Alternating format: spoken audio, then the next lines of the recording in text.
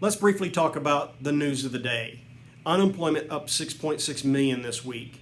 Add that to the 3.3 million of last week, that's 10 million in just a 2-week span, or almost 8% of the workforce in just a 2-week span. That's the largest increase in unemployment we've seen in history. We also have news on COVID. The new news on COVID is that the new estimate is that there could be up to 240,000 Americans die from COVID-19.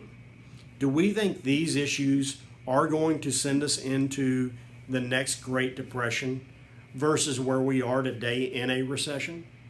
And the answer is, if you've heard us on previous calls, we don't think so.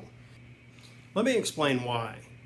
This Federal Reserve, this federal government, has had major policy differences than what happened in the Great Depression.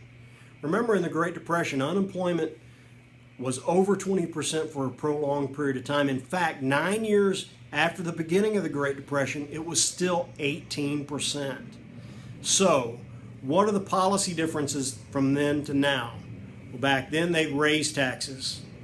We've lowered taxes. Back then they increased regulations. We've decreased regulations.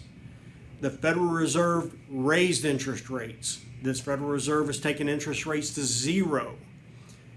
The federal government cut spending to try and balance the budget.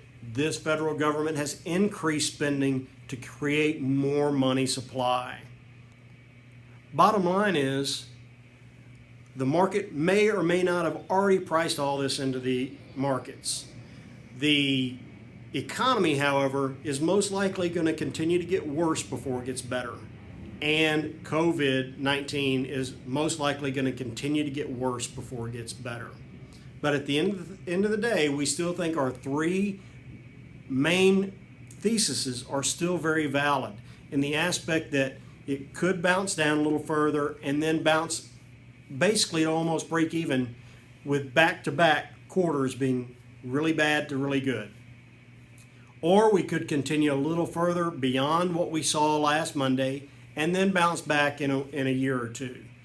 Or we could go a little deeper, kind of like what we did in 08 and 09, and then bounce back in about 18 to 24 months.